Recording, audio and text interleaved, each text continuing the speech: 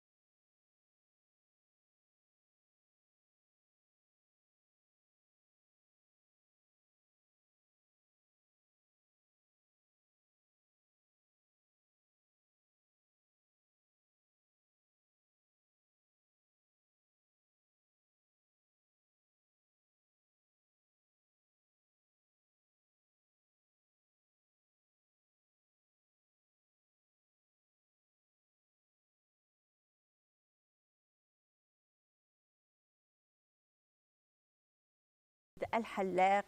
Une très belle chanson aussi, Aqsana, c'est en solidarité avec le peuple palestinien. Et bien, comme je l'ai annoncé tout au début, le pied diabétique à l'honneur en cette matinée.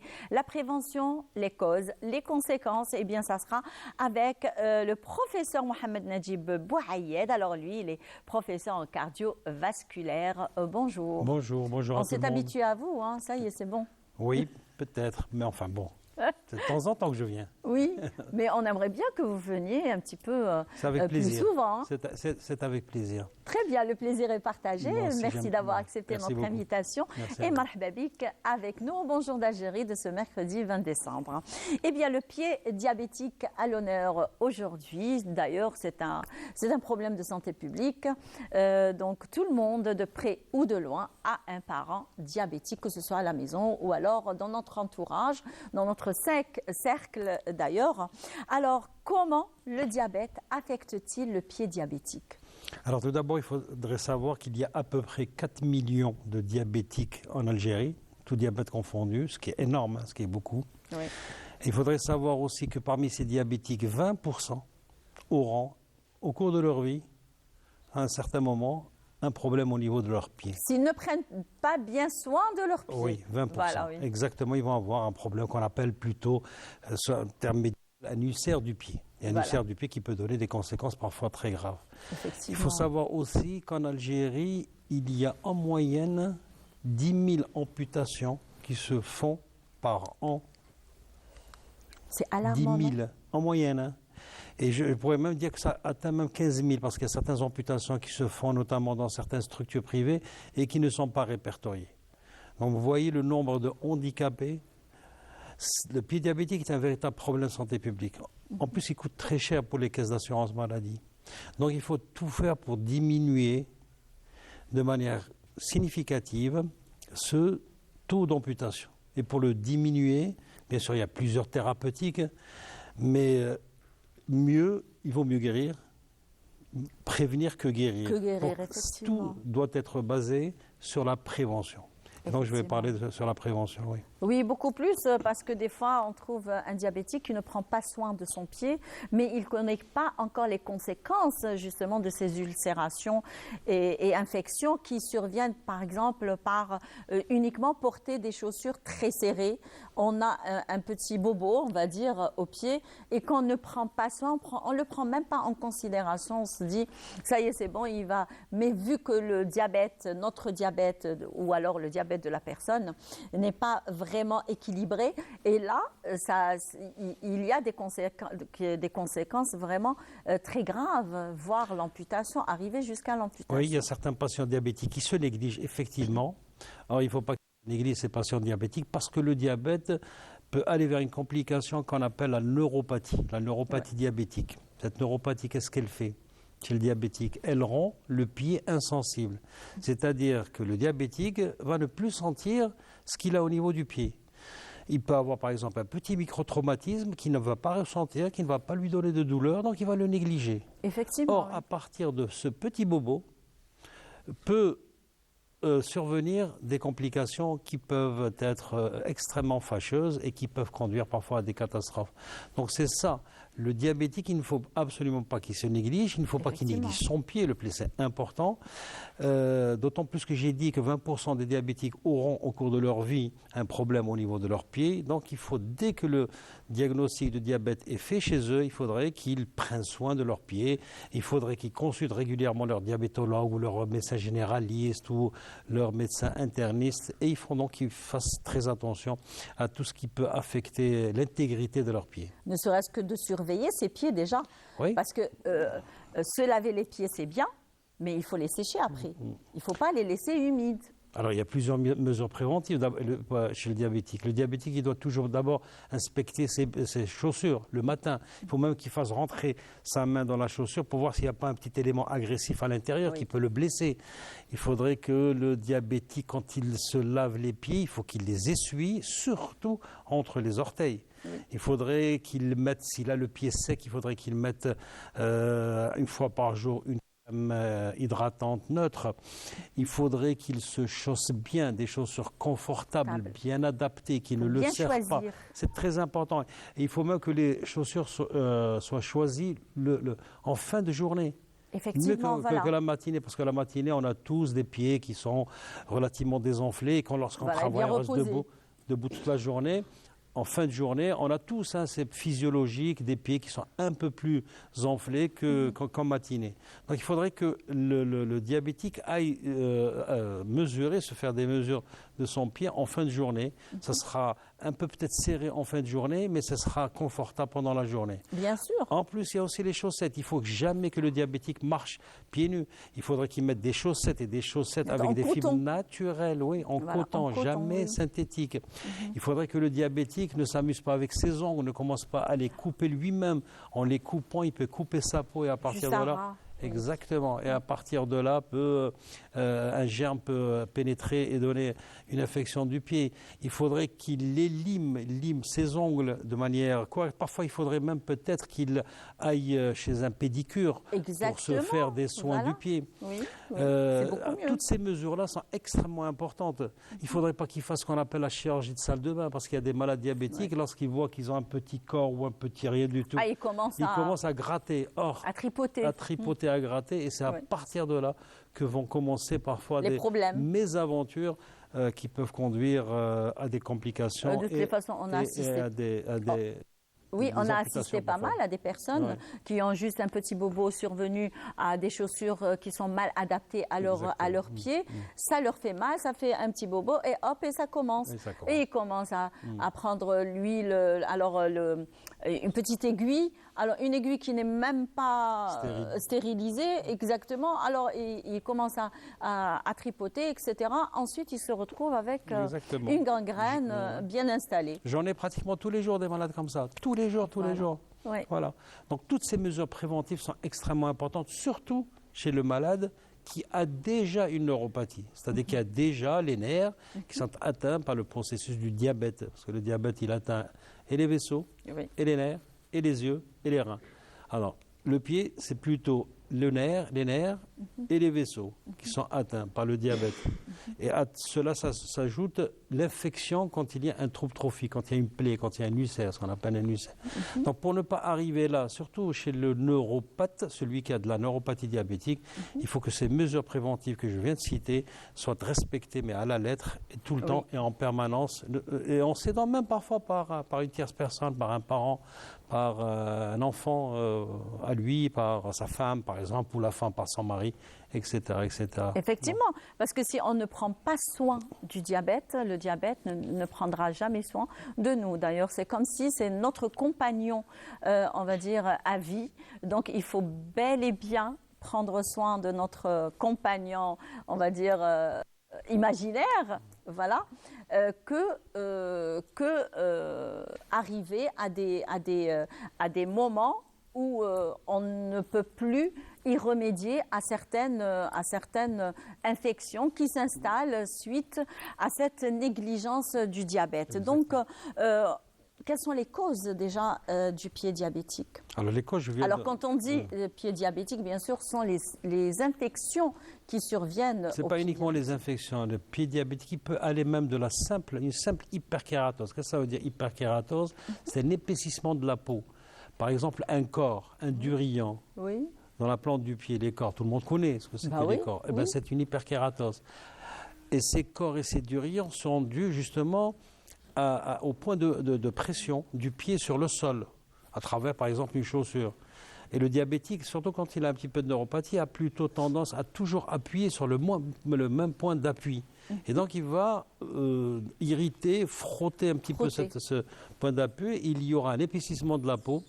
Et un épaississement de la peau qui peut parfois être délétère, parce que dans cet épaississement de la peau peut pénétrer des germes, des microbes et des champignons, et qui peuvent être à l'origine d'un pied diabétique. Voilà, donc le diabète, d'abord en plus le diabétique il est déjà immunodéprimé un petit peu. Donc il y a même, entre guillemets, une immunodépression au niveau même du pied. C'est-à-dire que le pied du diabétique ne se défend pas comme se défend et un pied d'un non-diabétique, parce qu'il a déjà un processus immunologique qui est diminué par rapport à un non-diabétique.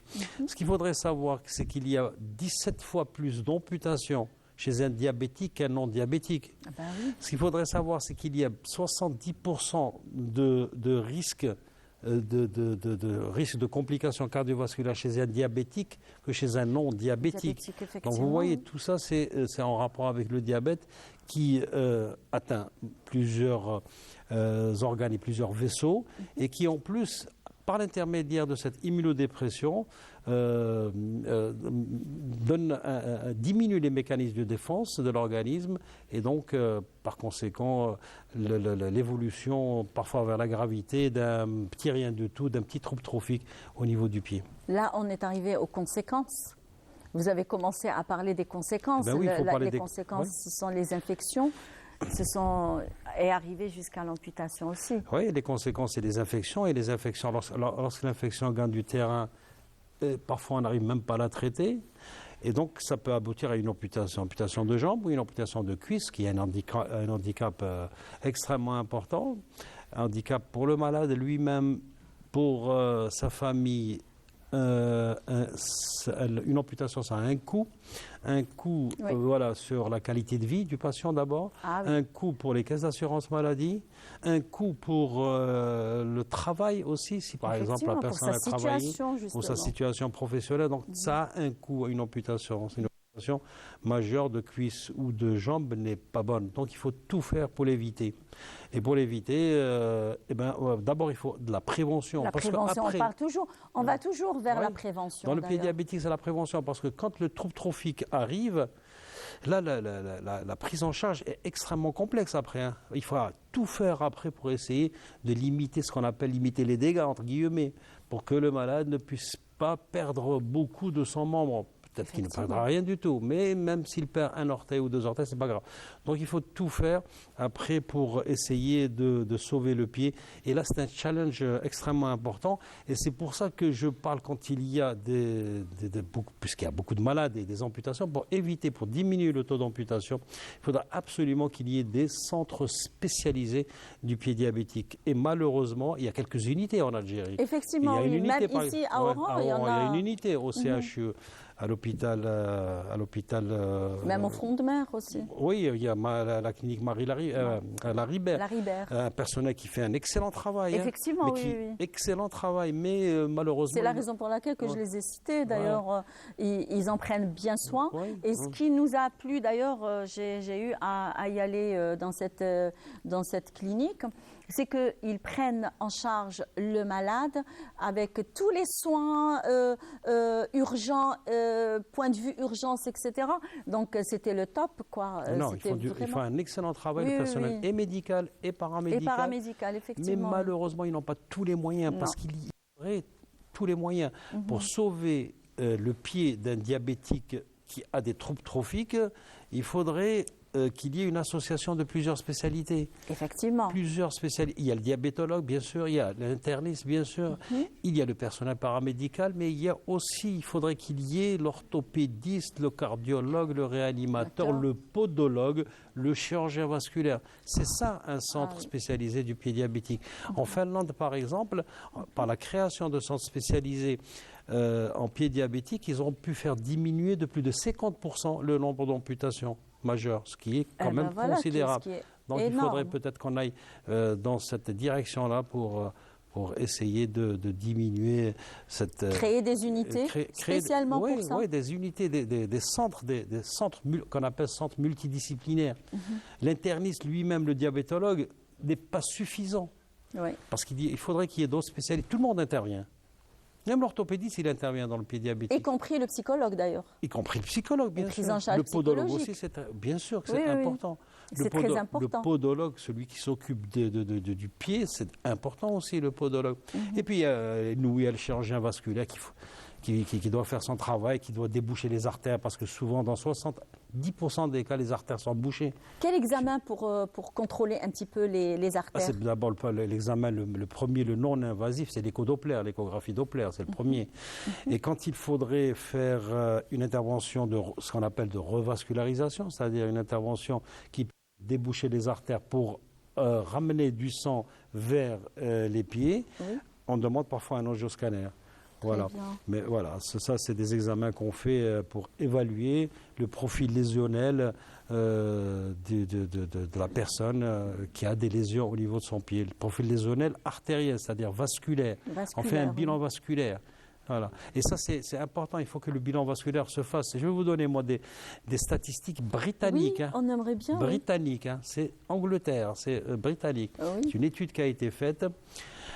30 à 50% des Britanniques diabétiques ont un problème au niveau de leurs pieds. 30 à 50% ne vont même pas voir un chirurgien vasculaire alors qu'ils ont des lésions des artères. Ah bon? Et ce qu'il faudrait, et en Angleterre, étude britannique, 50% Oui. des amputations se font sans aucun bilan vasculaire, ce qui est une aberration. Aberration. Ça, c'est en Angleterre. comment ils font Ça, c'est en Angleterre. Pour vous dire que Attendez, ne me dites pas que les amputations se font au petit bonheur la chance. en Angleterre, 50% des amputations se font au petit bonheur, la malchance. Bah oui, c'est la malchance. C'est pas la chance. Bah oui. Voilà, la malchance, oui. Oh oui, là là. oui, en Angleterre, oui. Donc, tiens, voilà, diabétique, on le voit, on voit son pied. Ah, tiens, il a deux orteils gangrénés. Pas de problème, allez, bloc opératoire, on va vous couper le pied. Sans qu'il y ait le moindre bilan vasculaire. Oh là Alors là. que maintenant, il y a quand même des techniques de revascularisation Oui, voilà. qui ont été mises au point. Des techniques de revascularisation, soit chirurgicales, classiques, pures, soit des techniques qu'on dit familièrement par laser, mais c'est laser par voie endovasculaire, c'est-à-dire qu'on fait rentrer dans les artères des ballons pour dilater les artères, on fait rentrer ce qu'on appelle des petits ressorts, les stents, pour Oui, maintenir l'ouverture de ces artères et donc maintenir la perfusion du pied. Parfois, on peut même assembler les deux techniques, la chirurgie classique avec la chirurgie, des procédures endovasculaires, on appelle ça des méthodes hybrides. Enfin, on fait tout parce que c'est complexe, hein, c'est difficile. Le pied diabétique, sauver un pied chez un diabétique, c'est pas évident. Donc, il faut, Oui, alors il faut tout faire justement, alors quel est le point le plus difficile à traiter dans un pied diabétique? L'infection. L'infection, c'est une infection généralement, il y a beaucoup de germes, il y a aussi des champignons, de la mycose qui s'associe aux infections bactériologiques. Comme je l'ai dit. Et comment y remédier à ces champignons, à ces mycoses? Alors là, il faut d'abord faire un bilan vasculaire au début. S'il y a le moindre défaut de perfusion du pied, il faut que le chirurgien vasculaire intervienne. Il faut absolument qu'il fasse tout. Ouais, c'est une urgence, le pied diabétique. C'est une urgence médico-chirurgicale. Plus ça traîne, entre guillemets, Justement, et plus les chances de récupération s'amenuisent. Oui. Et donc, les risques d'amputation s'élèvent. Voilà, d'abord, il faudrait que le chirurgien vasculaire, il faut faire un bilan vasculaire. Voilà. Et quand il y a une nécessité d'aller faire une revascularisation, c'est-à-dire ramener du sang vers le pied, parce que, bien sûr, on vit avec le sang. Ben S'il oui, n'y a bien pas de sûr. sang, il n'y a pas de défense. Ben oui. Les mécanismes de défense, les ingrédients de la défense contre les microbes viennent du sang. S'il n'y a pas de sang, donc il n'y aura pas de défense contre l'infection. Et donc l'infection gagnera du terrain et va s'étendre. Et quand elle s'étend, ça conduira à des amputations. Donc la première des choses, c'est le bilan vasculaire pour voir s'il n'y a pas de revascularisation à faire. S'il y a une revascularisation, il faut la faire. S'il n'y a pas de revascularisation, il faut aller aussi vers autre chose, c'est-à-dire des soins locaux.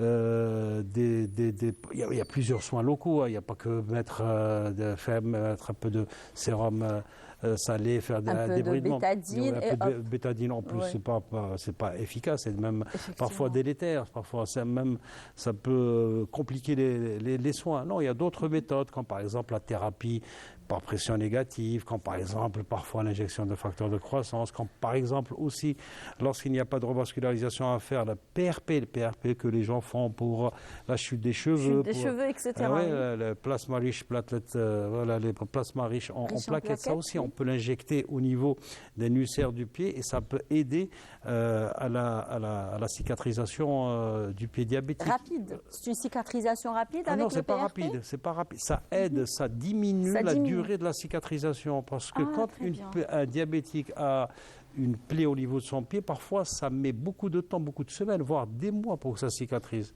Et donc pour diminuer cette durée de cicatrisation, parfois on injecte du plasma riche en plaquettes, et à condition bien sûr que le sang arrive suffisamment au pied.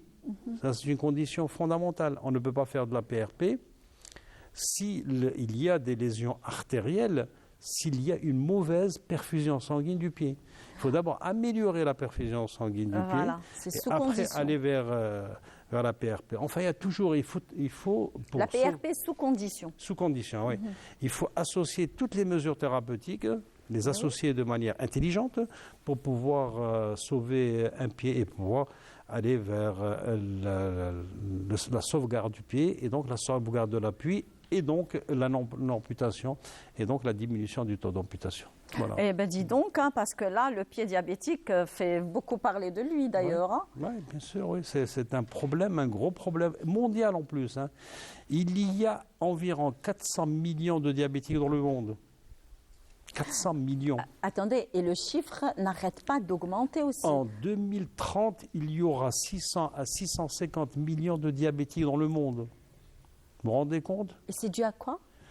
Le facteur génétique? Facteur génétique, dans le diabète, il y a deux types de diabète. En gros, il y a le type 1 juvénile, qui est plutôt une maladie auto-immune. Le type 1 juvénile, diabète juvénile ou sucré, c'est dû à une absence de sécrétion de l'insuline. Vous savez que l'insuline, c'est l'hormone qui contrôle le taux de glucose dans le sang. Donc, quand il y a une absence de sécrétion ou une sécrétion diminuée par le pancréas de cette insuline, il y aura de régulation et d'équilibre de glucose dans le sang. Donc il y aura hyperglycémie. Et puis le deuxième diabète, c'est le deuxième qu'on appelle gras de type 2, qui est plutôt lié à des facteurs génétiques, des génétiques, mais qui s'aggravent par un non-respect de certaines règles hygiéno-diététiques et des règles d'environnement en quelque sorte. Parce que des fois, même le malade, il est vraiment très responsable puisque des fois, il ne fait même pas de bilan de contrôle. Dès qu'on lui donne le traitement, donc il essaye d'adapter ce traitement à son état. Et ensuite, ça y est, c'est bon, il disparaît. Voilà, alors que c'est pas comme ça. Alors que normalement, un diabétique, il doit aller voir son médecin traitant au moins une fois par an. Et encore maintenant c'est tous les 3 mois. Exactement, maintenant c'est tous les 3 mois. 3 mois, le diabétologue, il faut qu'il... D'abord, il y a un petit bilan qui se fait, comme l'hémoglobine glyquée, c'est tous les 3 mois. Et le diabétologue, il sera à même justement de régler et d'équilibrer son diabète. Parce qu'un déséquilibre du diabète, minime qu'il soit, peut aboutir à de graves complications, dont la neuropathie diabétique. Et quand ça commence, la neuropathie diabétique, elle évolue. Et tant que l'équilibre glycémique n'est pas obtenu, ça évoluera tout le temps. Le pied deviendra insensible. Très bien, le malade, même s'il a un petit problème ici, il marche sur, par exemple, une épine, il ne va pas la sentir. Ah bah oui. Il ne sentira rien du tout, puisque son pied sera insensible. À partir de là commenceront les problèmes. Même la formation des corps aussi. Voilà, tout, oui, parce qu'il y a de mauvais appuis du pied sur le sol. Donc la neuropathie, il faut absolument tout faire pour l'éviter ou bien pour la retarder au maximum. Et pour ça, il faudrait qu'il y ait un équilibre glycémique parfait.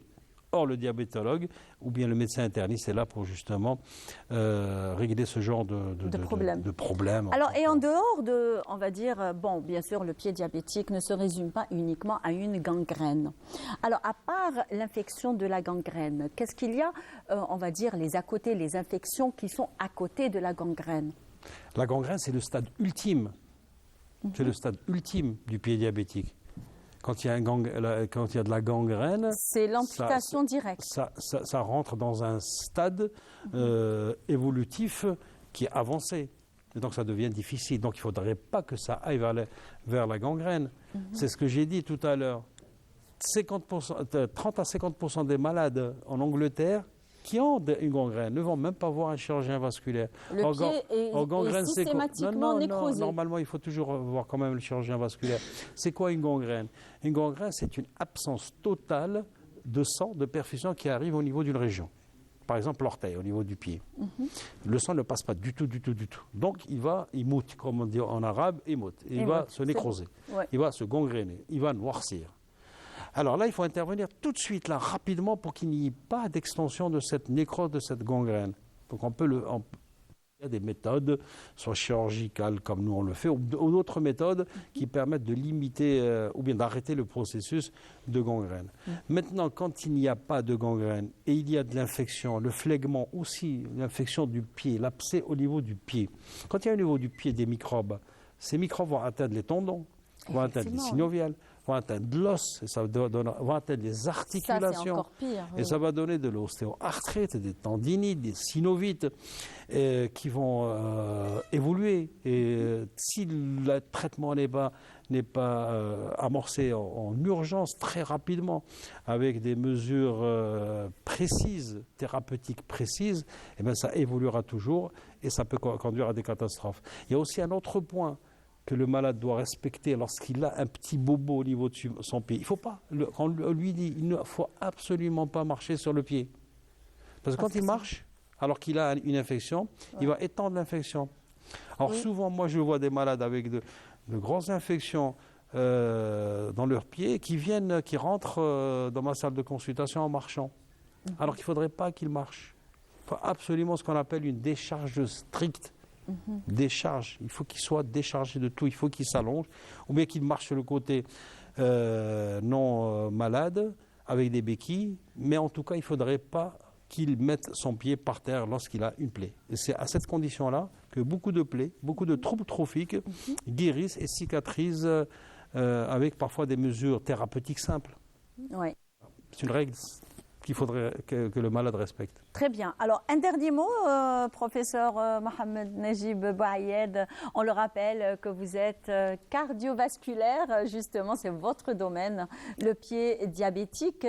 D'ailleurs, et merci beaucoup d'avoir quand même parlé sur cette pathologie qui est très, très répandue, surtout dans notre entourage. Et des fois même, on ne parle pas uniquement de pieds diabétiques. Il y a même les pieds de personnes qui sont saines et qui risquent d'avoir quand même des répercussions vraiment très, très catastrophiques aussi. Hein. Oui, bien sûr. Oui. Il y a des lésions qui apparaissent chez les non-diabétiques. Effectivement. Mais ça, c'est lié à d'autres facteurs de risque. Par exemple, le fumeur. Celui qui fume le tabagique. Ah, le tabac.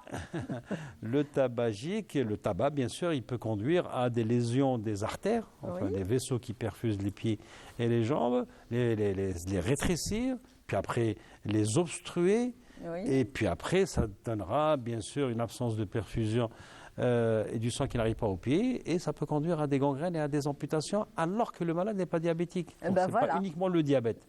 Mais le diabète quand même c'est un gros facteur de risque. Ah oui, ça c'est vrai. Et en second lieu aussi le tabagisme. Ah oui. En plus de ça, c'est qu'on a dans notre entourage au moins un diabétique. Ça c'est assuré. J'ai dit qu'il y avait environ 4 millions de diabétiques en Algérie, et il y aura, d'après statistiques venant du ministère de la Santé, il y aura en 2030, c'est-à-dire dans 7 ans ou dans 6 ans. Ce n'est pas moins, d'ailleurs. 7 millions de diabétiques. Ce qui est énorme Bien pour sûr un pays comme l'Algérie. Et ce qui est très, très dangereux, c'est qu'il y a des personnes qui sont diabétiques depuis longtemps et qui ne le savent même pas. Qui ne savent pas. Généralement, généralement le diabète est connu 5 ans après 5 ans, en général. 5 ans après l'élévation de l'hyperglycémie. Effectivement. Qui n'a pas été. qui n'a jamais été prise, en fait. Donc ils se sont pas. Parce qu'entre nous, professeurs, les Algériens, ils ont tendance à ne pas y aller chez le médecin, à s'auto-médiquer. Exactement. Et en plus de ça, c'est qu'on ne prend jamais de glycémie à jeun, jamais de glycémie pendant la journée. Donc ce n'est pas évident.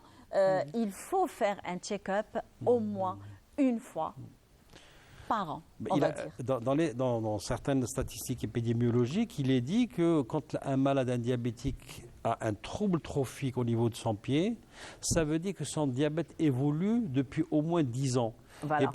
Et parfois c'est l'apparition d'un trouble trophique au niveau du pied qui pousse le malade, sous l'insistance de son médecin, à aller faire un bilan. Et c'est à ce moment-là qu'il trouve que le patient est diabétique. Que le diabète alors est installé. Que son diabète évolue depuis de longues années. Effectivement, oui. Et après, on se pose la question, des fois, alors pourquoi j'ai là, j'ai mal là. Alors les mots, ils se répandent dans le corps et puis et voilà. Donc merci beaucoup, professeur Mohamed Najib. C'est moi qui vous remercie. Donc certainement, on aura à discuter d'autres pathologies liées à tout ce qui Avec plaisir. On va dire votre spécialité, Merci tout ce qui est beaucoup. vasculaire. Merci. Donc, et là, je vous invite avec nous de suivre ce sujet sur les bienfaits du miel. Vous aimez le miel? Mais non seulement je l'aime, mais je le prescris. Ah ben voilà. Dans quel cas vous Même le pour les prescrivez? pieds diabétiques, je prescris Eh le ben miel. voilà. Oui. Pour la cicatrisation? Pour la cicatrisation. Voilà. Et ça a été prouvé Oui. et étudié. Je le prescris sur la base d'études scientifiques bien validées. Effectivement, C'est oui. pas comme ça. Hein. D'ailleurs, il est prescrit pour les grands brûlés. Oui, bien sûr, oui. C'est Très hyper bien. efficace. Alors, les bienfaits du miel, on y va. On se retrouve juste après. A des bienfaits pour la peau, antibactérien, anti-inflammatoire, antioxydant, améliore la rétention du calcium et du magnésium, ainsi que le taux sanguin d'hémoglobine et en milieu hospitalier spécialement préparé et standardisé pour sa pureté bactérienne et utilisé pour la cicatrisation.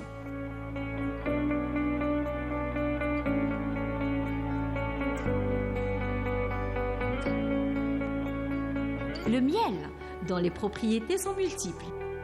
On dit du miel que c'est un aliment béni. On sait déjà qu'il est excellent pour la santé. Mais quel est le secret de sa composition? Eh bien, le miel est composé d'eau à 17%, d'hydrate de carbone à 79,5% et d'autres particules à 3,5%. Le miel comporte à peu près 85% de monosaccharides, 1,5% de saccharose et 7% de maltoriose. Le miel est doté d'un pH acide allant de 3,2 à 4,5 pour une moyenne de 3,9. Contient aussi de l'acide gluconique. Du point de vue énergétique, 100 g de miel apporte 304 calories. Du point de vue énergétique, 100 g de miel apporte 304 calories, 82 g de glucides, 0,3 g de protéines, 52 mg de potassium, 4 mg de sodium, mais aucun lipide. Le miel allie un pouvoir sucrant égal à celui de la saccharose et une valeur nutritionnelle plus élevée avec des propriétés aromatiques en plus. Le miel est un excellent ingrédient dans la cuisine. Mais quels sont les bienfaits du miel pour la santé? Bénéfique pour la santé, un excellent remède pour calmer les irritations au niveau de la gorge en cas de toux sèche, d'angine ou de rhume.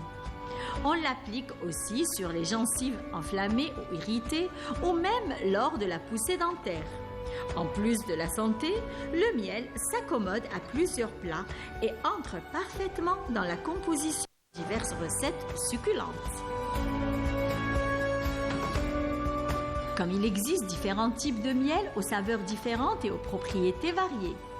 Il existe entre autres les miels à base de fleurs, les miels à la lavande ou encore les miels du jujubier et de châtaignier.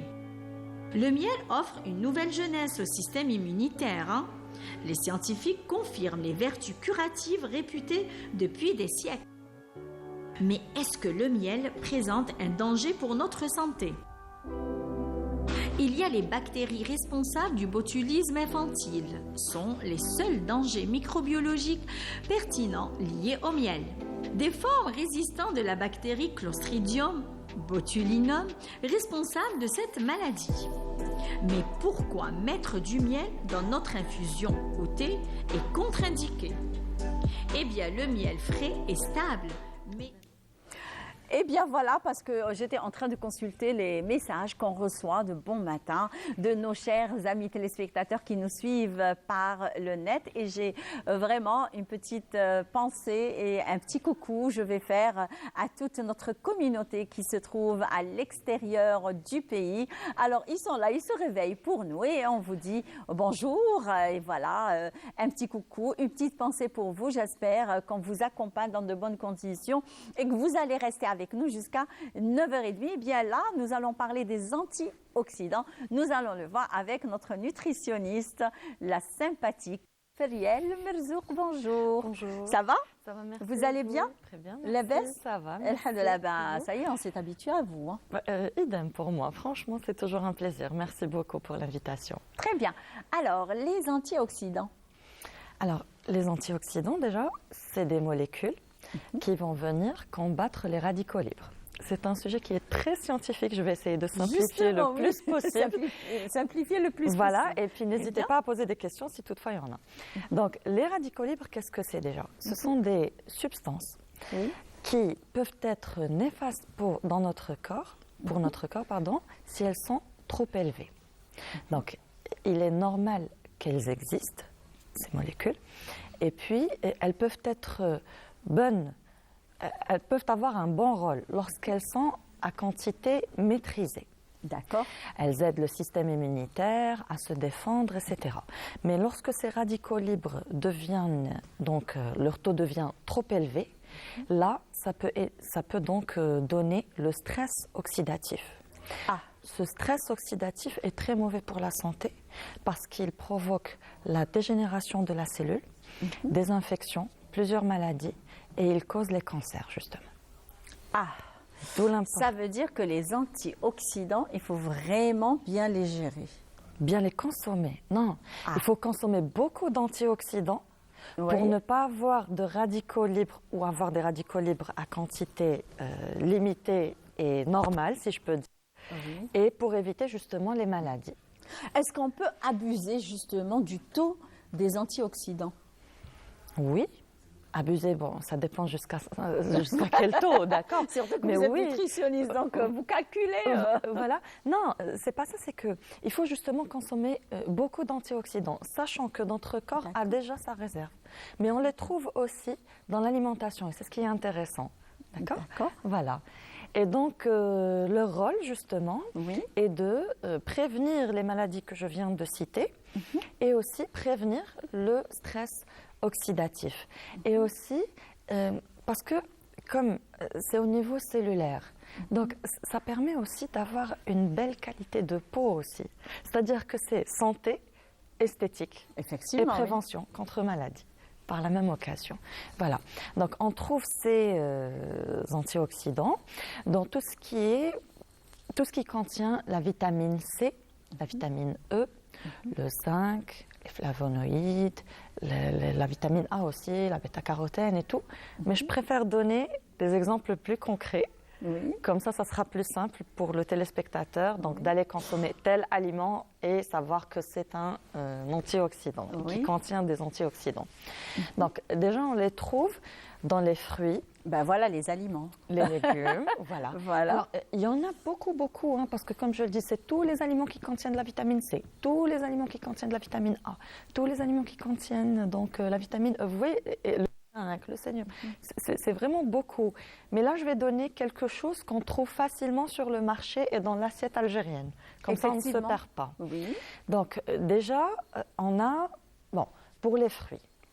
Donc, les fruits, on a les abricots, les agrumes, tout ce qui contient de la vitamine C. C'est-à-dire d'accord. orange, clémentine, Tout à fait, citron. pamplemousse, tout à fait. Aussi, on a la vitamine C aussi, on la trouve dans les légumes. Donc Oui. les poivrons, le piment, le brocoli, les épinards, tous les légumes à feuilles vertes foncées. Aussi dans les bonnes huiles. De toute façon, moi, j'en consomme beaucoup. Hein. Les épinards, les artichauts. Et c'est la saison. Et c'est la saison. C'est la voilà, saison, il faut en profiter, c'est très bien justement. Et puis, donc, comme je disais, on les trouve dans les bonnes huiles, à savoir donc l'huile d'olive ou bien l'avocat, ou bien aussi on peut les trouver dans tout ce qui est amandes, noisettes, Noix. oui, tout à fait, les oléagineux comme on les appelle, et les tomates aussi. D'accord, parce que j'ai oublié de les citer donc avec les légumes. Sinon aussi donc on peut les trouver dans les fruits secs, notamment les pruneaux, les raisins secs. D'accord. Et puis alors qu'est-ce qu'il y a d'autre aussi que je n'ai pas cité comme bon tout ce qui est bien sûr aromate, voilà. Épices et aromates, donc le curry, le curcuma, le cumin, l'ail, le persil, l'oignon. Non. Aussi, oui. Aussi les poireaux, D'accord. Aussi, donc, on les trouve donc presque beaucoup d'épices.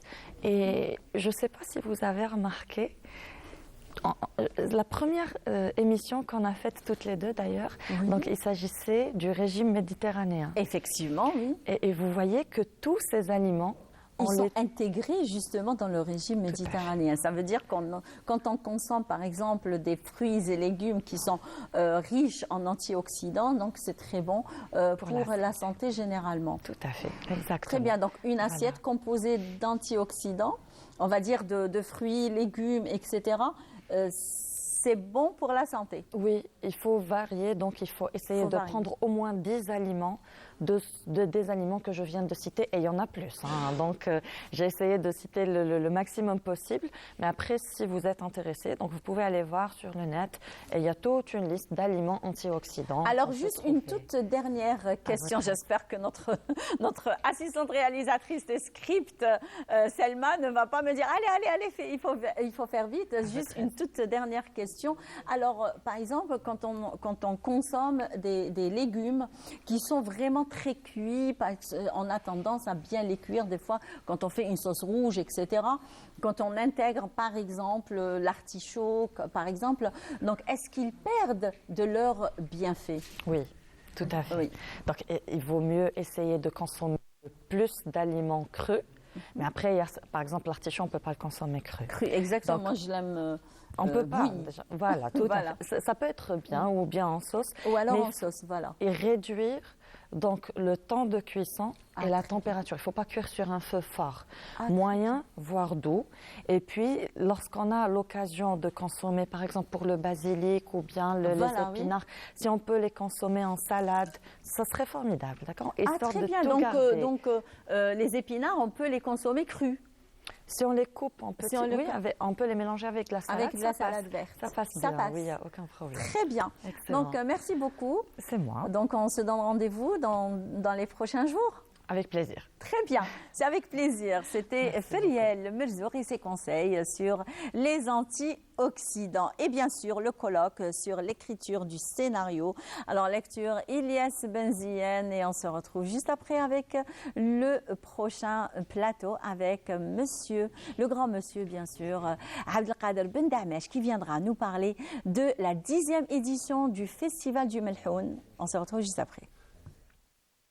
Dresser un constat et envisager les probables perspectives et enjeux de l'écriture scénaristique dans le cinéma et la télévision en Algérie. Telle est la thématique du premier colloque national organisé par la faculté des lettres à l'université de Mostaganem. دراسة العديد من المحاور المتعلقة بكتابة السيناريو، بنكسة الإنتاج السينمائي في الجزائر، بقضية الروافد الفكرية والأدبية والعلمية التي لها علاقة بكتابة السيناريو، بالإشارة إلى المخططات الاستراتيجية مثلا التي أخطتها المؤسسة الوصية بالصناعة السينماتوغرافية. وهذا الملتقى جمع عدد من المداخلات العلمية وعدد من الباحثين الأكاديميين الذين أثروا هذه الإشكالية بمداخلتهم البحثية القيمة. تراوحت أكثر من 15 جامعة تؤطر هذا الملتقى من منبر جامعة عبد الحميد بن باديس، وفي أكثر من 35 مداخلة حضوريا وعبر التحاضر المرئي عن بعد. ماذا أنتجت السينما الجزائرية ربما في العقدين الزمنيين يعني الماضيين، يعني مقارنة مع ما أنتج سابقا فهو ضئيل جدا. إذن أين الإشكال؟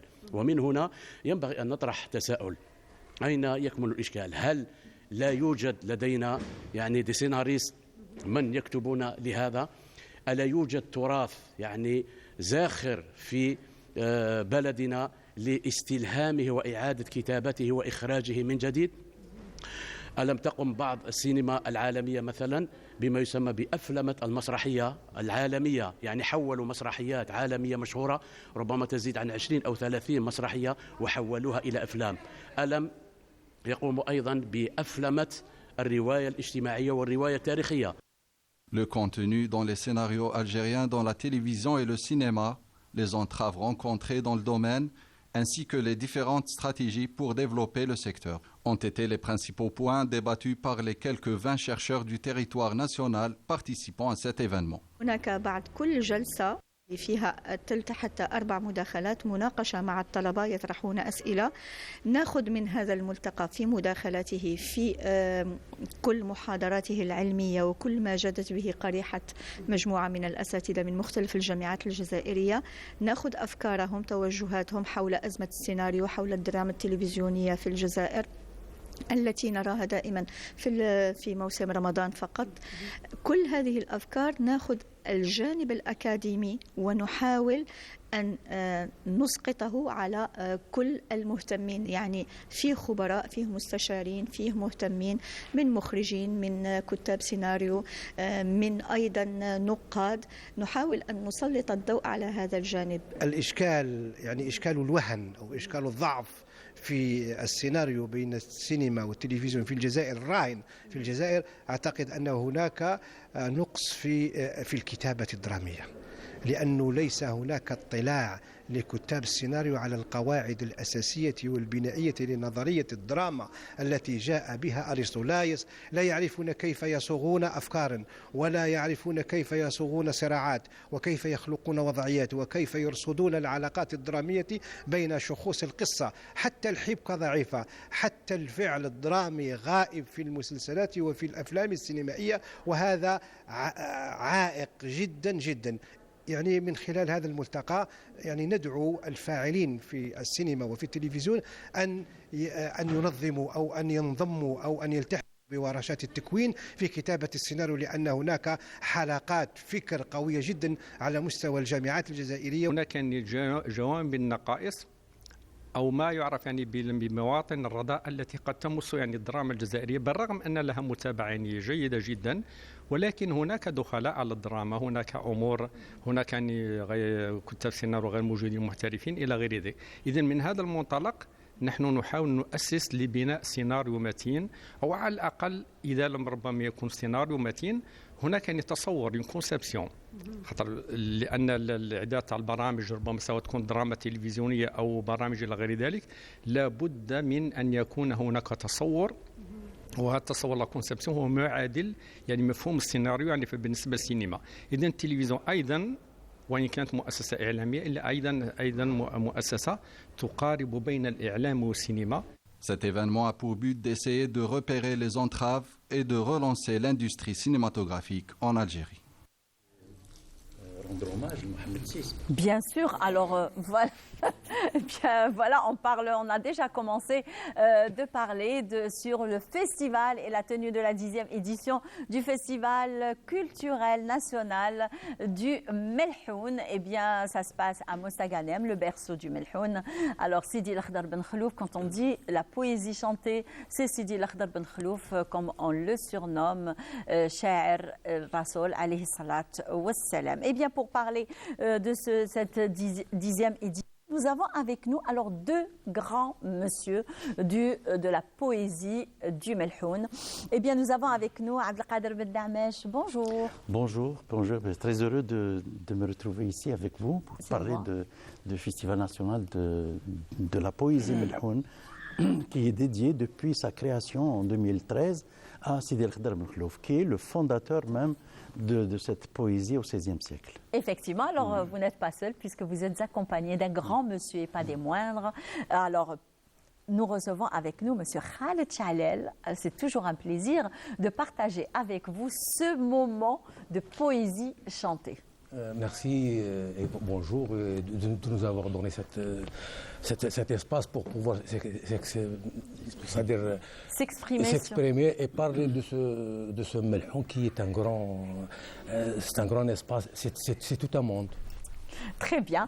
Alors, la 10e édition. Oui, ben voilà. Parlez-nous un petit peu de l'organisation de cette 10e édition, des présents, des invités. C'est ça, oui. Bon, les invités sont des poètes. Sont des poètes populaires, mais cette fois-ci, puisque nous fêtons la 10e édition, et puis elle vient avec nous sommes dans des conditions assez spéciales, ce qui se passe à Gaza aujourd'hui, ce qui se passe aujourd'hui dans le monde, j'allais dire, avec le peuple palestinien. Donc c'est la poésie populaire, Melhoun, qui va s'exprimer. Donc tous les poètes seront là, qui viennent de toutes parts de l'Algérie. Toutes les régions du pays sont représentées. Alors, le poète vient avec sa poésie personnelle, comme il a l'habitude de faire, mais il va consacrer une grande partie de son expression en solidarité avec le peuple palestinien et particulièrement le peuple de Gaza qui souffre aujourd'hui à l'instant même. Et nous le disons aujourd'hui, nous lançons carrément un signal de solidarité en direction de ce peuple qui souffre tous les jours. Et puis nous en savons quelque chose puisque nous-mêmes, nous avons souffert du colonialisme, nous avons souffert du martyre de cette agression comme ça qui n'a pas de sens aujourd'hui avec l'entité sioniste qui est en train aujourd'hui de nous abattre carrément et puis nous assistons un carnage d'ailleurs de ce qui se passe en Palestine. C'est un carnage carrément. On peut considérer cette 10e édition du Festival national du Melhoun comme étant un cri du poète algérien qui le dit haut et fort devant tout le monde pour aller dans les cœurs des Palestiniens aujourd'hui. Ils le savent d'ailleurs. Et nous continuons à le faire et nous y croyons puisque notre pays a été toujours derrière cette question palestinienne depuis toujours. Très bien. Alors le festival commence le 21 jusqu'au 24. Ouais, c'est demain. D'ailleurs, c'est une petite particularité. Le dernier jour, c'est ça. Pourquoi nous serons le 24 à Chlef. Et cette année, nous avons essayé d'innover un peu pour être dans les temps avec Sidi El Khdr Mkhlouf, qui est de Moussa Ghanem, et avec aussi d'autres villes qui peuvent accueillir ce festival, qui peuvent accueillir des clôtures de festival, comme cette fois-ci, nous avons choisi Chlef avec Cheikh Omar Belmghrani, qui est un grand poète populaire de la trempe des grands poètes comme Abd el-Khader el-Khaldi, comme Haj Khald, comme Stam Brahim, comme Mohamed Ben Lahrash, comme Hamid Ben Harrat, comme ces gens-là qui ont été les grandes personnalités qui ont hissé très fort le niveau de la poésie populaire qui renferme notre identité, notre personnalité, notre histoire et Effectivement. Bon, d'ailleurs, la base de pratiquement tous les styles musicaux, voilà. Donc c'est Sha'ar el-Melhoun. Quand on parle de Sha'abi, c'est Sha'ar el-Melhoun. Quand on parle du Raï, c'est Sha'ar el-Melhoun. Quand on parle de Bédoui, voilà. Justement. Bien sûr. Et pour la cause palestinienne, la cause palestinienne était toujours présente dans le Melhoun algérien. Effectivement. Depuis le XVIe siècle. Sidi El Khdr Mkhlouf, il cite Gaza, il cite Palestine, il cite Mbarak Bourtbal, il cite encore. Parce que le Muqawama, tout ce qui est résistance, c'est tous les causes. La cause palestinienne, la cause algérienne, la cause. Là où il y a des conflits, là où il faut être. Là où il y a les peuples opprimés. On trouve le Melhoun. Effectivement.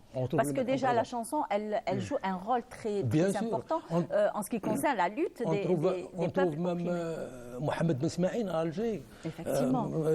معركة القرم, معركة راس الغول. Ici, donc ici, en Algérie, on voit le Melhoun en tant que texte. Voilà. Par toutes ses dimensions linguistiques, historiques, littéraires. Mais tout ce qui est chanson, c'est une interprétation du texte, c'est tout. Parce que le Melhoun, en tant que texte littéraire, la chanson, c'est la résultante. Donc, c'est-à-dire ce texte Melhoun standard qui est interprété en Cha'bi, en Bedoui, en Wahrani. Donc, ici, en Algérie, c'est-à-dire ici en Algérie, l'algérianité du Melhoun, c'est autant que texte littéraire, c'est-à-dire fondé par Sidi El Khdr Mkhlouf qui اللي هو كان عبقري son génie c'était de parce qu'il a vécu dans des زاوية القادرية. Les زاوية القادرية c'est هذيك الأهازيج, هذيك ce qu'on appelle les psaumes, هذوك الأهازيج الصوفية, les psaumes. Donc tout ce qui est rythme, tout ce qui est التهليل الهليل هذيك les rythmes, c'est des زاوية. Donc le Melhoun, c'est-à-dire dans sa nature, Melhoun مقاوم parce que زاوية, parce que c'est pas les زاوية اللي حافظوا على اللغة العربية, حافظ اللغة العربية, حافظ على le Melhoun, donc le Melhoun, c'est un produit مقاوم de sa nature. De sa nature, c'est Muqawam. Donc, pour s'exprimer, pour montrer aux gens, donc il faut que cette région, elle interprète le Melhoun en tant que Bedoui, parce que Mantiqa Bedouia, le Wahrani, ici le même texte. Hein. Oui, c'est le même texte, interprété en bedoui et interprété en Wahrani. En Wahrani, voilà, en Chabi. Voilà. Ici à Oran, on trouve deux grands poètes, les Daoussiha à Oran, on trouve Abdelkader Al-Khaldi, on trouve Al-Hajj Hajmi Ben Smir. Al-Hajj Hajmi Ben Smir, c'est un grand poète orani. Effectivement. Donc, et encore, il se mot Sha'ir Muqawama. Muqawama, effectivement. Al-Hajj Hajmi Ben Smir, Sha'ir Muqawama. Alors, Biya Dakhmour, c'est donc pour revenir à Chlef, justement, c'est ça. Donc, juste la dernière, voilà. Notre justification, c'est que ce grand poète, qui fait partie aussi de cette liste de poètes populaires, qui nous ont dit tout le génie culturel de notre pays, eh ben, on a édité un livre, recueil de Cheikh Omar Belmokrani. Et c'est un peu notre rôle, le rôle de l'institution Festival national de la poésie Melhoun, c'est celui de laisser des traces, dans la publication de livres concernant ça. Parce qu'il n'y a que le livre qui peut pérenniser un genre littéraire comme le genre littéraire populaire Melhoun. Très bien. Alors, le Festival culturel national du Melhoun en sa 10e édition, ça va commencer demain à Mos. Le berceau du Melhoun. Ce n'est pas étonnant, d'ailleurs, c'est son origine. Eh bien, ça va être demain le 21 et qui va s'étaler jusqu'au 24. Donc, certainement, on aura d'autres invités le mercredi prochain pour parler un peu plus longtemps, accompagnés de sujets qu'on va faire. Et puis, nous consacrons aussi une journée d'études le 23, Inch'Allah, le samedi à la bibliothèque Moulay Belhamissi. Eh bien, voilà. Alors, notre rédacteur en chef, de toute façon, il se trouve ici à la régie. Nabi Oui, alors vous êtes en train d'écouter. Donc, on aura certainement une équipe qui viendra lors de cette journée d'études pour faire un sujet qui accompagnera nos invités la semaine prochaine. Et le thème de cette journée d'études, c'est la poésie populaire et la résistance. Voilà. Très bien. Donc, merci de nous avoir d'avoir accepté notre invitation, messieurs. C'est un honneur pour nous de vous recevoir. Oui, mais c'est un honneur pour nous de recevoir des grands monsieur du Melhoun qui sont là. Alors, notre chercheur Khaled Chahlel, c'est toujours un plaisir de débattre avec vous ce sujet sur le Melhoun. Et monsieur Abdelkader Ben Damesh, qui n'est plus à présenter, c'est toujours un plaisir de vous recevoir à la station régionale d'Oran. Eh bien, on y va tout de suite vers... Alors, qu'est-ce qu'on a, Selma? Une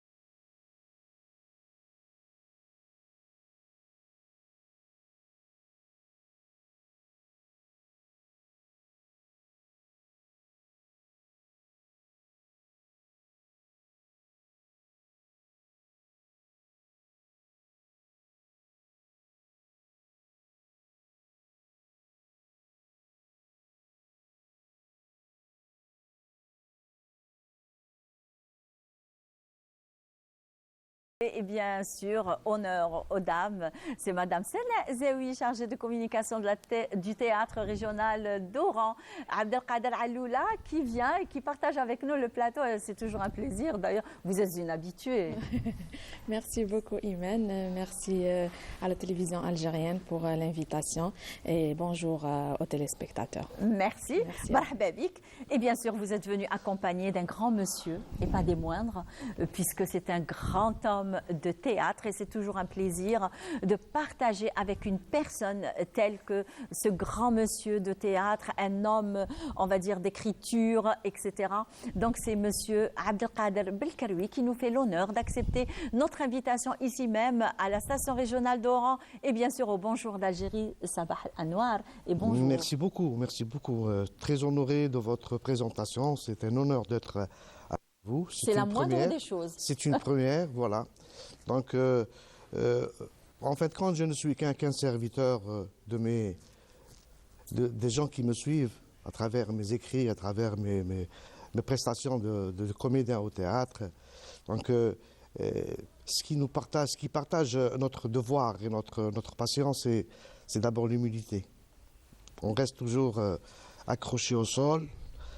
Nous sommes les fils de Dieu, comme vous me l'avez raconté la dernière fois. Oui. Nous sommes tous des fils de Dieu.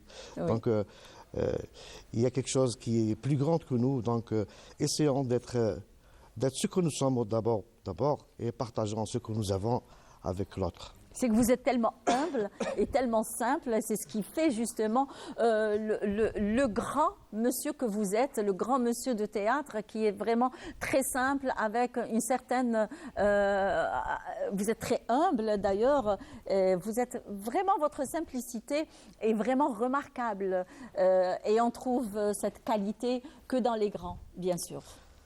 Voilà, et j'ai eu la chance d'être tout jeune. Pratiquement sorti de l'âge de l'adolescence en côtoyant de grands hommes, voilà. De grands maîtres tels que Abdelkader Aloula. Effectivement, vous avez beaucoup collaboré avec lui. Abdelrahman Kaki, Rabbi Yelhamou, l'Oustad Hamoumi, Rabbi Yelhamou, aussi Mohamed Bakhti et tant d'autres gens qui m'ont appris à rester humble. Voilà. Donc c'est une leçon bien apprise. Et nous, les artistes, avons besoin de cette humilité pour donner encore plus, pour être plus présent, pour être plus sincère. Voilà. Très bien.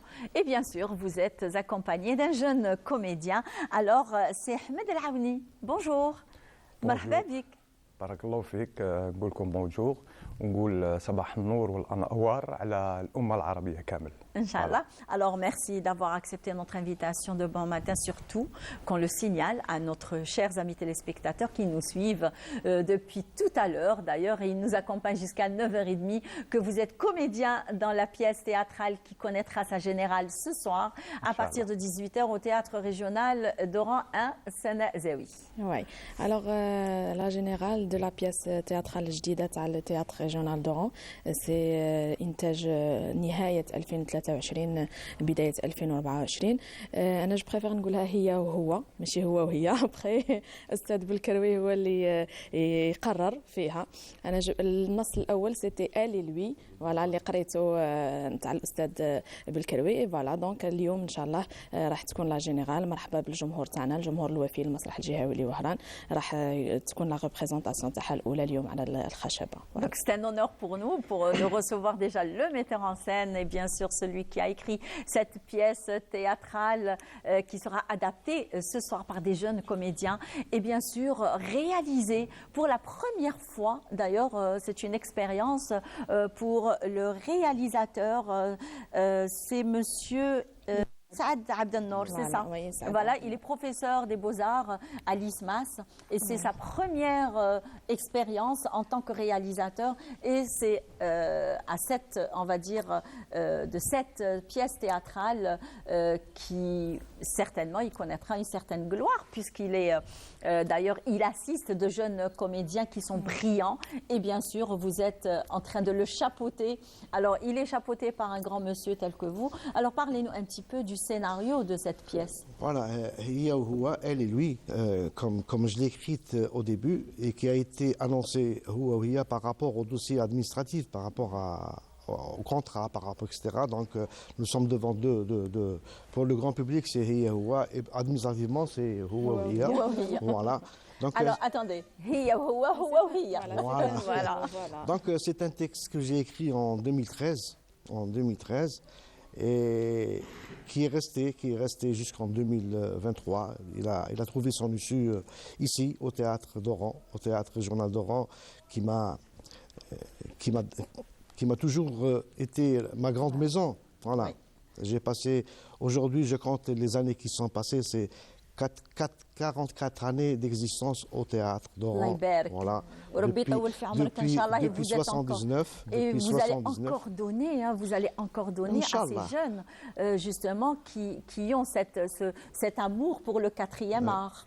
Inch'Allah. Donc, ce texte a été intéressé par... il a fait intéresser le théâtre régional de Constantine en 2015. Il n'a pas vu le jour. Ensuite, au théâtre de Moulbouakhi aussi, qui est resté dans les casiers, il n'a pas vu le jour. Ouais. Et c'est donc en 2018 que je l'ai déposé ici au théâtre d'Oran. Et l'année passée, on m'a demandé quel est le texte que tu voulais réaliser au théâtre d'Oran. Parce que j'ai 2 textes normalement ici au théâtre d'Oran. J'ai commencé par le premier. Déjà, il se faisait vieux 10 ans déjà, mais apparemment c'est un texte qui est toujours là, qui existe et qui parle de ce que nous vivons aujourd'hui aussi. Donc, c'est un texte d'actualité. D'actualité. Son actualité dure depuis une trentaine d'années. Ça, c'est la condition géopolitique du monde dans lequel nous vivons. Et concernant le metteur en scène, M. Abdelnour Saad, c'est quelqu'un que j'ai connu en 2011.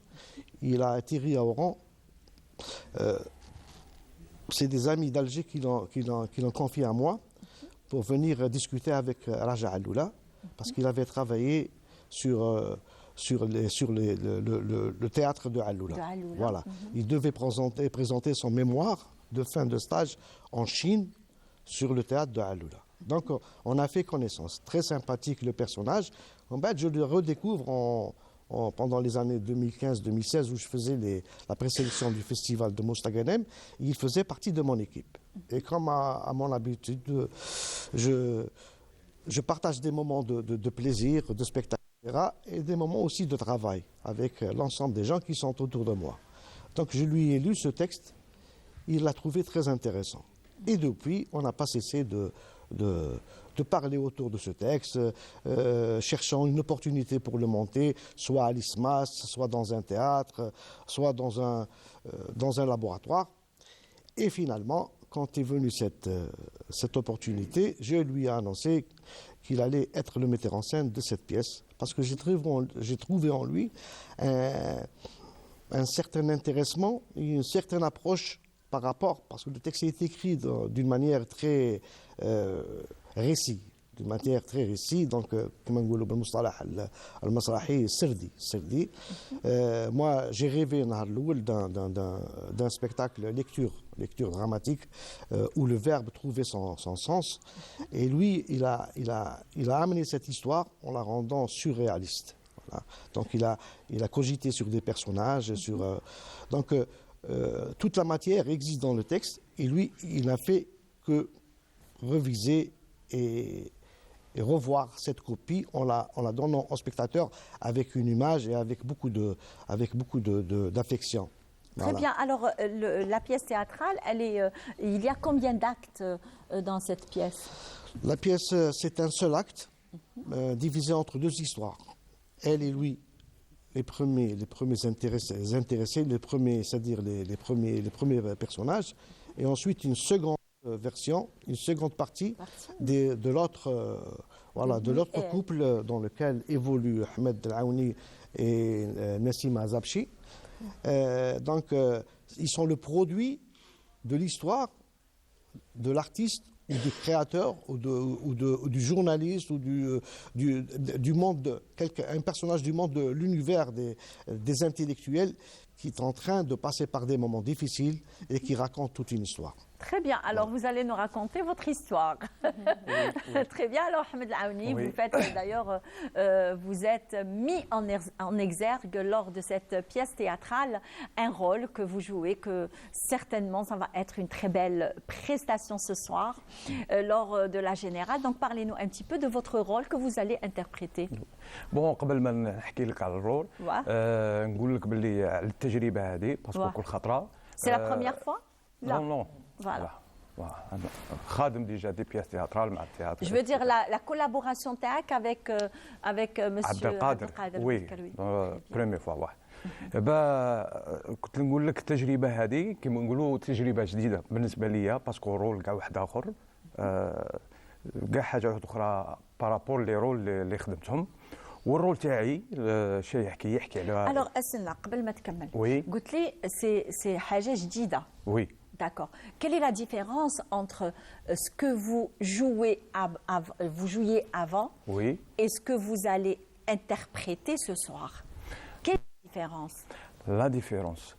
Les rôles اللي مداري نلعبهم من قبل لي رول كما يقولوا فيهم الانتربريت الاداء وكل شيء مي هذا حاله خاصه فاش باسكو ديجا هذا مرتزق ومضروب كما نقولوا واللي قدها تقعد تعس في روحك توجور راك مبليسي تعس روحك الالام هذوك تاعك باسكو فيهم تدريجيا دي فوا تعاود تفابله وكي يتلاقى مع هذا الممرضه وهذه الممرضه جايه ما تخافش ايماجيني مرتزق يقتل وكلش يتلاقى مع وحده ما تخافش كاين صراع بيناتهم ترو كيف هذه ما تخافش مني ومام هو راه مبليسي ولا فيها صراع صافي هذاك الانتربريت تاعهم باش نقعد ندير الاداء نقعد نعس في روحي على الالم تاعي وهذاك الالم كيما نقولوا بالتدريج صافي لك تعس روحك هادي اليد بعدها اللي تقعد توجور هكا اون بليس انت وياها تقعد في صراع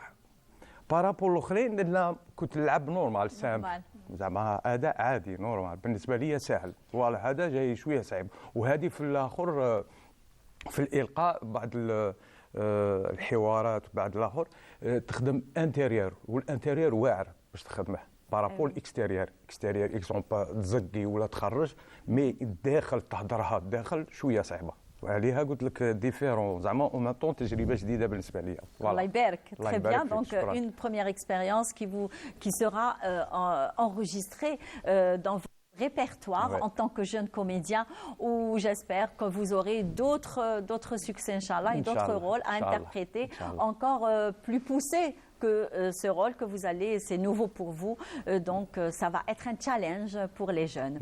Donc merci beaucoup, merci. Je voulais juste ajouter un petit truc. C'est pour vous dire que cette expérience est inscrite dans le cadre d'un atelier. C'est-à-dire que quand on a entamé le travail, c'était un atelier, l'auteur, le metteur en scène, l'ensemble des comédiens, et ensemble on a voyagé pendant un mois et une semaine, et ce voyage a fait que nous avons abouti à ce spectacle que vous allez voir ce soir. Voilà. Eh bien voilà, le spectacle ce soir à partir de 18h au théâtre régional d'Oran Abdelkader à Aloula. Vous allez être subjugué par l'interprétation de jeunes comédiens de renom. Alors, ça va être à 18h. Donc, merci beaucoup. Merci Sana. Merci Monsieur Abdelkader Belkaroui. C'est un plaisir. Et la porte est grande ouverte à tous nos jeunes comédiens, que ce soit des hommes de théâtre ou que ce soit du cinéma ou alors de la chanson. Marhaba bikoum. Donc, on est là pour vous servir. Eh bien, et bon courage pour ce soir. Merci. Très bien. Alors, voilà, la clôture du Festival national du théâtre professionnel, c'est à Sidi Bel Abbès que ça s'est passé. C'est Ilyes Benziyen qui s'est déplacé la semaine passée. On se retrouve juste après.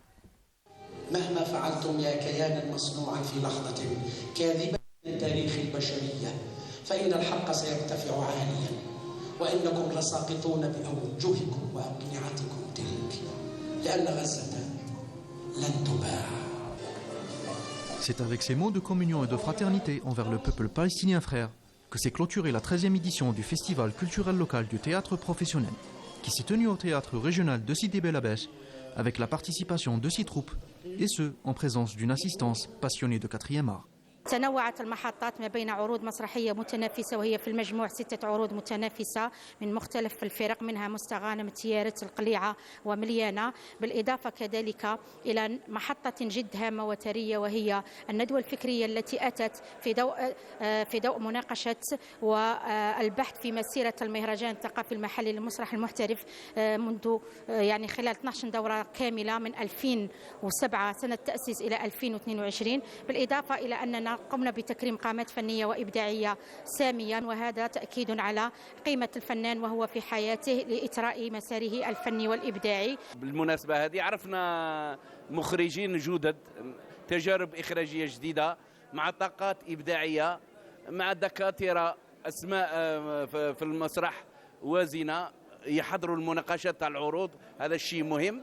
والشيء المهم ثاني هو الدورة التكوينية اللي غادي تدوم من بعد المهرجان ان شاء الله في اطار اتفاقيه بين جامعه سيدي بن-العباس الجلالي اليابس في طاقه الممثل في فن التمثيل من تأطير الفنان المخرج دين هلناني جاهيد. ما يجب أن نركز عليه هو التكوين والتكوين ثم التكوين، لأن الفرق تأتي إلى مثل هذه اللقاءات التي يفترض بها أن تأخذهم إلى منافسات احترافية، يعني مع أناس لديهم أموال تخصص للنتاج الفني والمسرحي، والمنافسة أو التنافس معهم يكون صعبا. لذلك تستطيع هذه الفرق أن تغلبهم بالتكوين، بالقراءة، بالاطلاع على المناهج والمدارس المسرحية المختلفة، والالتزام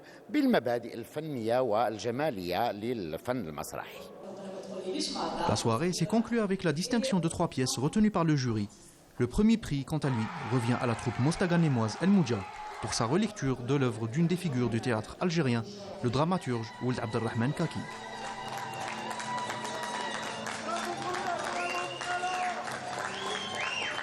افريقيا هي تكست نص عن ولد عبد الرحمن كاكي، درنا له ادابتاسيون، واللي كان معايا في الموسيقى عبد القادر صوفي، كوريغرافيا خالد قولينات، والحكايه تاع افريك هي كاكي ذاك الوقت 62 كتب لا بياس، كان باغي قال افريقيا قبل الاتحاد، صادير كانت ديجا في راسو اتحدت، وحنا عبرنا بنوتر فيزيون بالثراء الافريقي اللي راه كاين وكاع.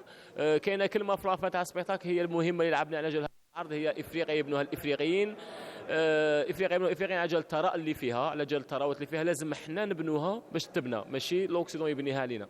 دونك هذا هو العرض، وتوشينا فيه الالجيري باسكو الثوره الجزائريه عندها قيمه كبيره في القاره الافريقيه، كانت ثوره مهمه بين الثورات. دونك هذاك حكينا على شويه لا ريفوليسيون تاع الالجيري. مسرحيه دوار العميان اللي هي مسرحيه كوميديه ذات طابع كوميدي، النهايه تاعها كانت نهايه تراجيديه. المسرحيه هذه اقتبسناها عن روايه قصيره بليطو، روايه بلد العميان لجورج هيربرت ويلز. قمنا بالاقتباس اولا كخطوه اولى، لانه اي عمل مسرحي يبدا بفكره. حنا الفكره اللي عجبتنا فيها هي رمزيه العمل، لانه المسرحيه لا تستهدف الفئه الكفيفه، وانما الفئه ذات البصر، ما نقولوش البصيره، لانه موضوعنا يرتكز عن البصر والبصيره. احنا بغينا نقدموا من خلاله رساله، هي كانت فكره المسرحيه انه متى يكون العمى شرطا في اي مجتمع يعج بالظلام. Un art chargé en symbolique et capable de fédérer les masses. Le théâtre algérien est et restera un précieux moyen d'expression et de revendication qui doit demeurer protégé précieusement. Merci à Ilyas Benziane et dernière ligne droite sportive en cette matinée de Bonjour d'Algérie. Et c'est le centre équestre, le sport équestre, bien sûr, avec 2 messieurs. Ce sont des membres du bureau fédéral qui sont présents avec nous pour nous parler de ce championnat national. Eh bien, c'est monsieur Mostafa Berken. Bonjour. Bonjour, madame. Ça va? Ça va. Vous allez bien? Ça va très Et bien. vous êtes même directeur de compétition. Directeur de compétition de saut d'obstacle. Marhaba bik. Saut d'obstacle. Saut d'obstacle. Très bien.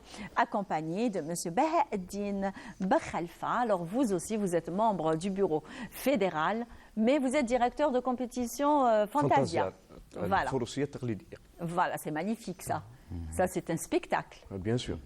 Voilà. Merci d'avoir accepté notre invitation. Alors, parlez-nous un petit peu de ce championnat national qui va s'étaler pendant les 5 jours, c'est ça? Oui, les 5 jours.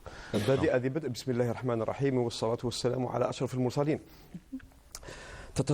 أتشرف شخصيا كوني بين أحضان هذه الولاية العريقة. الشرف لينا. هذه الولاية العريقة وهذه الولاية المضيافة التي أبت إلا أن تحتضن هذه التظاهرة في أسبوعها الفروسية، في أسبوع الفروسية التي حظت بالرعاية السامية لوزير الشباب والرياضة، والتي أبى منظموها على رأسهم والي ولاية وهران إلا